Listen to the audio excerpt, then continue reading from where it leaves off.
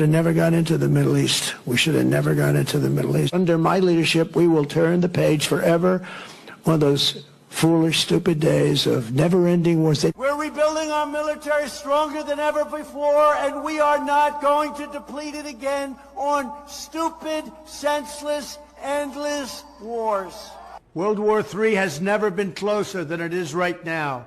We need to clean house of all of the warmongers and America last globalists and the deep state.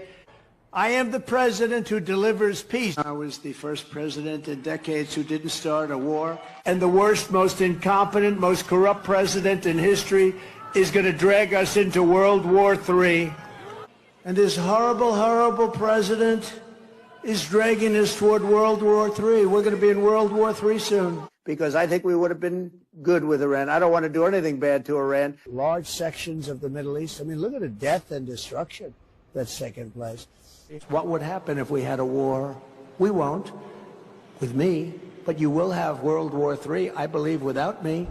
You knew damn well I was a snake before you took me in. All right, guys, we've got yet another heavy hitter guest and first-time guest on the show. Professor Zhang, he is the star of the popular YouTube channel Predictive History. He uses game theory to analyze past, current, and to predict future geopolitical events. And he joins us now. Professor, great to have you. Good to see you, sir. Thanks for inviting me. So help us understand, because it still feels to me like there's some pieces that don't totally add up. You had, in advance of this war on Iran, you had top military brass, up to the chairman of the Joint Chiefs of Staff, saying, this is a really bad idea. We are not ready for this. All the math on the interceptors that's been talked about for months at this point. And yet Trump still decided to go ahead. What is the calculus that he was making here that led him to take what, already appears to be catastrophic actions? Right, okay. So this is the key question. Why do they do this? I think there are three possibilities, okay? And I think all three possibilities are valid. The first is the idea of hubris. So hubris is a factor. Then you have to look at internal political calculus, where even though America does not benefit from this war against Iran, Trump himself personally benefits. Why? Because the Saudis and the Israelis are bribing him to attack Iran. Also remember that if this war goes sideways and Trump is forced to use ground troops, he will probably get approval from Congress, and this will give him emergency war powers, which will allow him to influence the midterms. So Trump is thinking about a third term. And the last factor that is very important is the eschatological factor, where if you look at the Epstein files, it's clear that we are run by secret societies. It's clear that the world is run by these individuals who have a lot of power. We don't know who they are, but they control the military. They control the national security apparatus. And these people, there are different names for these people. You can call them the Illuminati. And the Illuminati are composed of three major groups, okay? You have the Jesuits, who control the Vatican. You have the Sephardim Frankists, which control the modern state of Israel today. You have the Freemasons, which control the national security apparatus of the United States. And they believe that Israel, this war in the Middle East, is key to the end times in creating heaven on earth. So it's almost like a script that they're following, even though it doesn't make any geopolitical sense.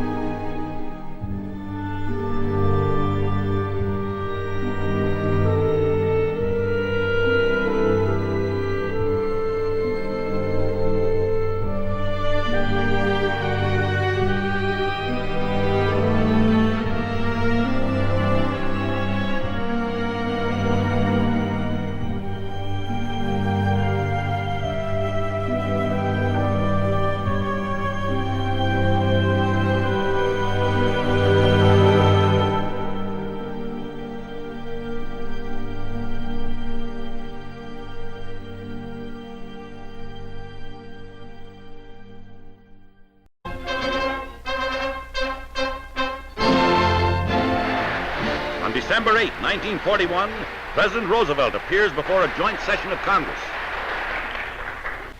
I ask that the Congress declare that since the unprovoked and dastardly attack by Japan on Sunday, December 7th, 1941, a state of war has existed between the United States and the Japanese Empire.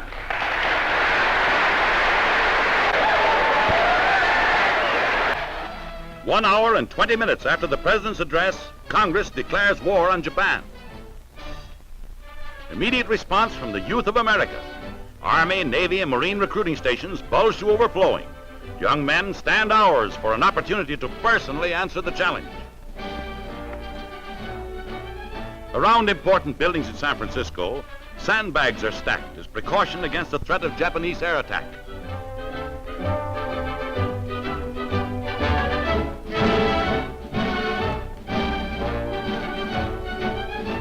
As the President's voice echoes around the world, America's submarine fleet gets underway. Somewhere in the Pacific, the Navy moves into battle, undaunted by the treachery at Pearl Harbor.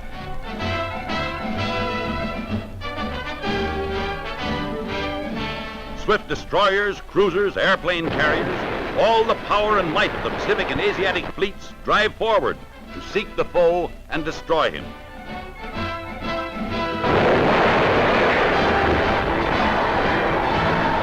In the Atlantic, in the Pacific, in the waters of the Far East, the grim and desperate battle is being waged.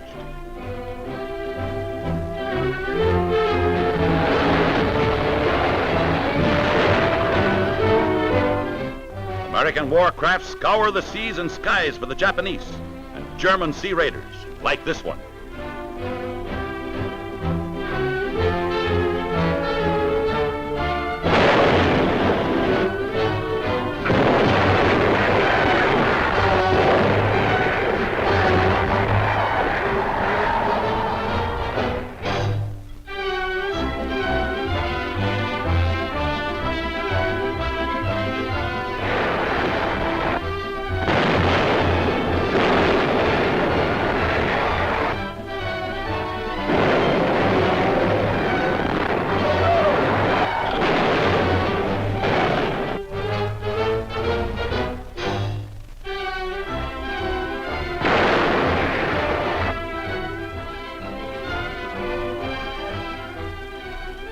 Survivors huddle in small, unprotected boats, cast adrift in a vast sea.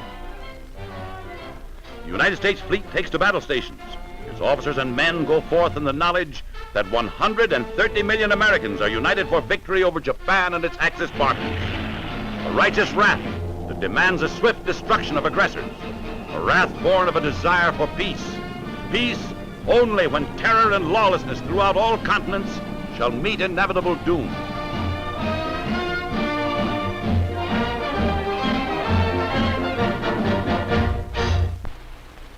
We are going to win this war, and we are going to win the peace that follows.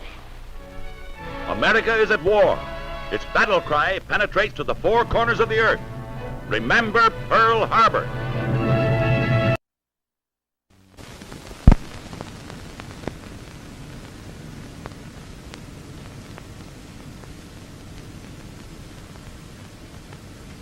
A short time ago, an American airplane dropped one bomb on Hiroshima and destroyed its usefulness to the enemy. That bomb has more power than 20,000 tons of TNT. The Japanese began the war from the air at Pearl Harbor. They have been repaid many-fold, and the end is not yet. With this bomb, we have now added a new and revolutionary increase in destruction to supplement the growing power of our armed forces. In their present form, these bombs are now in production, and even more powerful forms are in development. It is an atomic bomb. It is a harnessing of the basic power of the universe. The force from which the sun draws his power has been loosed against those who brought war to the Far East. We are now prepared to destroy more rapidly and completely every productive enterprise the Japanese have in any city. We shall destroy their docks, their factories, and their communications. Let there be no mistake. We shall completely destroy Japan's power to make war. It was to spare the Japanese people from utter destruction that the ultimatum of July the 26th was issued at Potsdam. Their leaders promptly rejected that ultimatum. If they do not now accept our terms, they may expect a rain of ruin from the air, the like of which has never been seen on this earth. Behind this air attack will follow sea and land forces in such numbers and power as they have not yet seen, and with the fighting skill of which they are already well aware.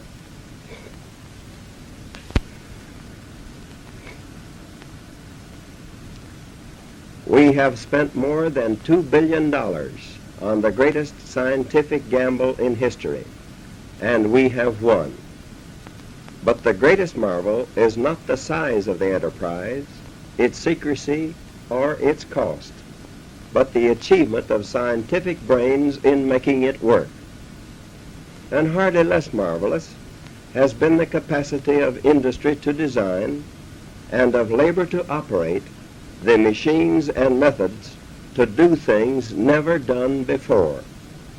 Both science and industry work together under the direction of the United States Army, which achieved a unique success in an amazingly short time. It is doubtful if such another combination could be got together in the world.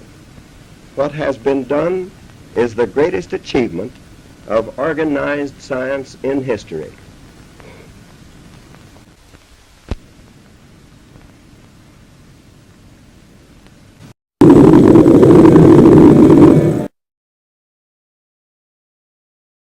Governments and the elites that control them have such a history of lying to the public, can we not assume we are not being told the truth? From the Titanic to 9/11, the public have been fed one pantomime after another. Can we not be forgiven for questioning nuclear weapons, perhaps their tallest of tales? Do North Korea have nukes? Are the Iranians still trying to build a nuclear bomb? Are we perpetually on the brink of thermonuclear war? All this time has passed and still no nuclear war. This is excused with the notion of mutually assured destruction, the idea that all supposedly nuclear-armed nations fear their own nuclear destruction too much to try to destroy another, and so we live in perpetual nuclear peace in a world of continuous conventional war. What if all war was a fraud, the banking elite controlling all sides, all playing for a draw, not trying to defeat their enemy but controlling their populations with fear? Why not forget the weapons and simulate it all on computers? Wouldn't it be cheaper and easier to pretend? Why spend all that money on weapons you know you are never going to use? When convincing your enemy or your public you've got them achieves the same ends. Would the elites want to endanger themselves with nuclear weapons considering what they can supposedly do? Do they want to destroy the world and hide underground in bunkers? Or is that just what they want you to think? They haven't done it yet, and I wouldn't hold your breath. If nuclear weapons exist, why do they tell us? Why aren't they kept secret? Surely it would be the best way to prevent them from proliferating. They are so secretive about all their other weapon systems, like HARP, directed energy weapons, railguns and coil guns and rods of God or kinetic weapons. Real or not, nuclear weapons are weapons of propaganda, designed to fill the public with fear, through which the elites control the population of the world. The first and most obvious question people ask when confronted with the idea that nuclear weapons may be a hoax is, what about Hiroshima and Nagasaki?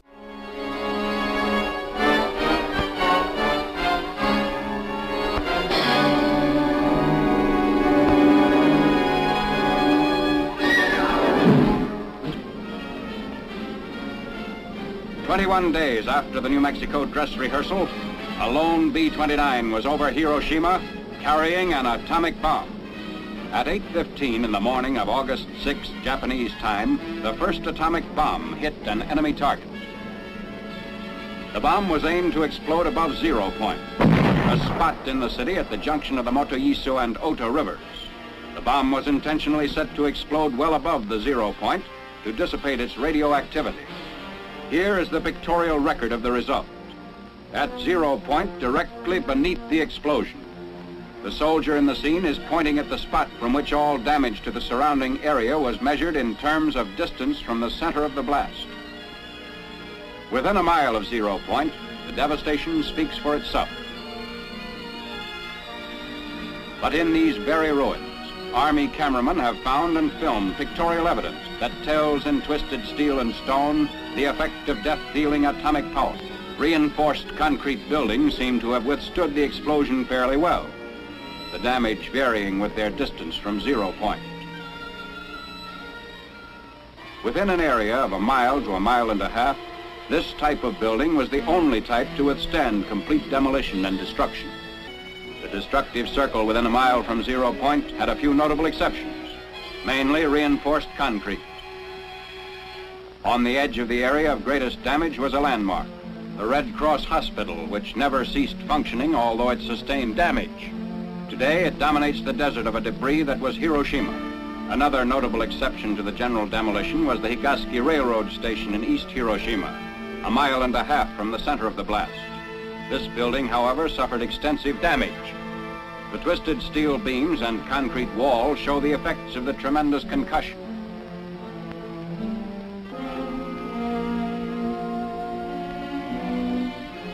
What's left of the Commercial Museum, within 2/10 of a mile of 0 point, also gives indication of the tremendous push of the explosion. Amazingly enough, bridges did not suffer too badly at Hiroshima. This steel rail bridge 1 mile from 0 point had the side toward the explosion virtually blasted by flying particles, which removed almost all the paint. But the side away from the explosion did not need a new paint job. Roads in the area fared better than buildings or bridges. Shortly after the fires died down, traffic was resumed. Today, these highways through the ruins are again in use. Beside our military traffic trudge the survivors of vanished Hiroshima, the first city in history to be atom-bombed into oblivion.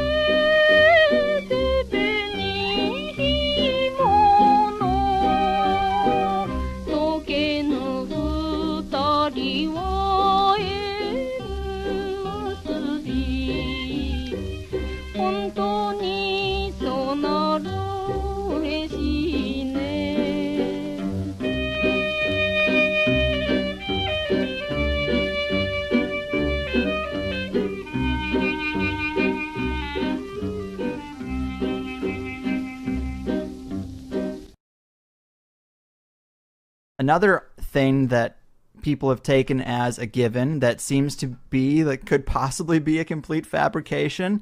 It might be another offshoot of this Mason's plan to just siphon off a bunch of money from the space program, but also siphon a bunch of money from the nuclear weapons program, because it seems like, and this was only brought to my attention through you and your post about it and the footage that you've shown, it seems like at least the test footage that we've seen of a lot of nuclear weapons from back in the day when they're telling our parents to duck and cover under their school desk to protect them from a nuclear blast, and you got the air raid sirens going off. Obviously, our entire culture was completely paralyzed by the idea of nuclear weapons.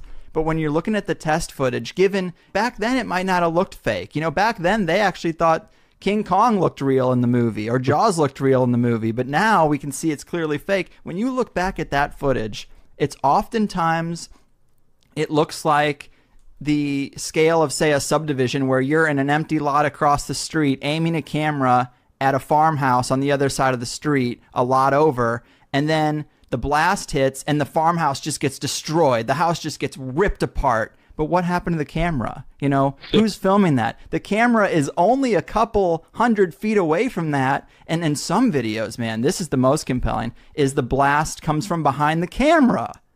What the hell is that? The blast comes from behind the camera and the house gets blown away out into the background of the shot. And you're like, what kind of camera in that day and age could survive that blast, but an entire building can't? I mean, it seems way out there. You've changed my mind on a little of this. You've dipped my needle further into the fringe for sure.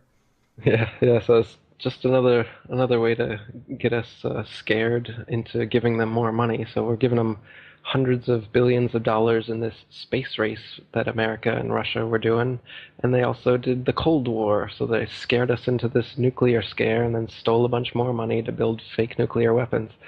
So yeah, the nuclear weapons don't exist as such. The tests that you've seen, the very early ones like you were talking about, are clearly fake, just done on models. Some of the later tests were done using stacked dynamite. You just get a shitload of dynamite and blow it all up, and it makes the mushroom cloud, does the whole thing. And what they'd do is they'd tell one team that, you know, they'd have a bunch of people 20 miles away, say army guys watching, doing the test, and then you've got over on one island these people stacking dynamite, saying that we're doing this for comparative purposes, and the real nuke's going to be over on that island. Meanwhile, they got another team over on that island stacking dynamite for comparative purposes, and the real nuke's going to be on the other island. So they even have military men stacking dynamite that they know is being used for these supposed nuclear explosions, but they believe that they've seen a real nuke, even though they tell them to cover your eyes and put your head in your laps as it happens. They don't see anything until the smoke clears afterwards. But yeah, a lot of military men will swear, you know, up and down that nukes must exist because they were there at some of those tests, and it's just dynamite. They do it beneath water by stacking dynamite in submarines, and you can do it up in the air as well. The Hiroshima and Nagasaki nukes, you can see that they're clearly two superimposed explosions, one on top of each other. There's two smoke plumes made to look like they're one. They actually used this technique several times. The trick relies on encouraging people to believe a big explosion is a massive one. With eyewitnesses, this is achieved through distance. From a distance, it is difficult to know how big an explosion is. Most will accept it as being as big as they are told it is. It was very big after all. The trick also relies on people's propensity to exaggerate when recalling experience. It would have been the biggest explosion any of them had ever seen, and so they are likely to tell anyone who asks that it was big, in fact very big. They are unlikely to play it down and say, well, it wasn't all that big actually. For many of them it would have been the most interesting thing that had ever happened in their lives, and so they would tend to big it up. In order to accurately calibrate the instrumentation for the test, another test, one using only high explosives, was needed. A dress rehearsal of 100 tons of TNT was planned for. Hundreds of crates of high explosives were stacked on the platform of a 20-foot tower. Tubes of low-level nuclear material were scattered throughout the explosives to simulate the radioactive products of a nuclear blast. Everything was set to a scale to match the expected effects of the nuclear test shot. On May 7th, the high explosive was detonated. The orange fireball was seen 60 miles away.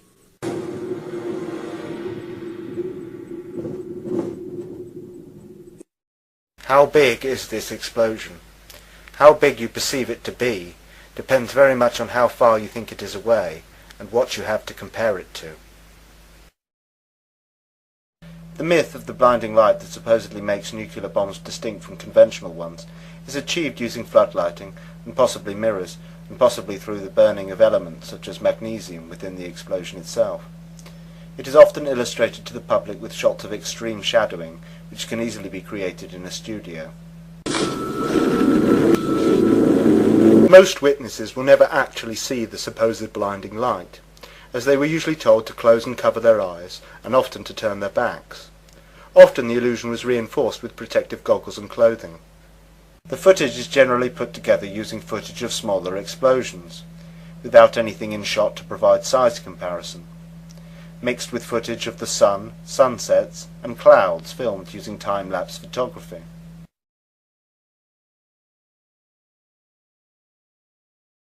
There is little or no unedited footage provided to the public. Almost all of the footage has cuts, and often cuts away to shots of observers or shots illustrating the supposed destructive force, and back again to the footage of the developing aftermath of the explosion, and then away again and back again. And so the public rarely sees a so-called nuclear explosion complete in one continuous sequence. Mushroom clouds are not unique to so-called nuclear explosions. The illusion of nuclear weapons was also manufactured with the use of very large conventional bombs, fuel air bombs or thermobaric or vacuum bombs. Up close and from a distance they could easily be mistaken for mythical, much larger so-called nuclear bombs. But it was one unique conventional bomb that was the climax of high explosives in Vietnam. Called Big Blue 82, it was a blockbuster that caused injuries for miles. At 15,000 pounds, a single bomb was the entire cargo for the journey into hostile airspace.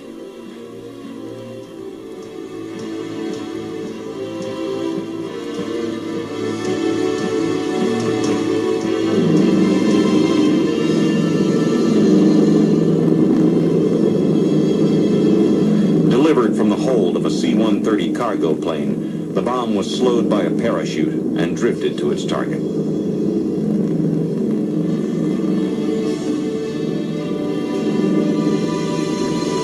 When it exploded, the crater was enormous and the destruction total. You're about to witness the mother of all bombs. The massive Ordnance Air Blast Bomb, or MOAB, 10 tons of H6 explosive. When they were testing it, people actually thought they were testing small-scale nuclear devices. Plus the psychological effect of the nuclear-style mushroom cloud is undeniable. Russian military has announced the testing of a vacuum explosive device that unleashes a shockwave with the power of a nuclear weapon, according to Russian scientists. U.S. forces have used a thermobaric bomb, which works on similar principles, in their campaign against al-Qaeda and Taliban forces.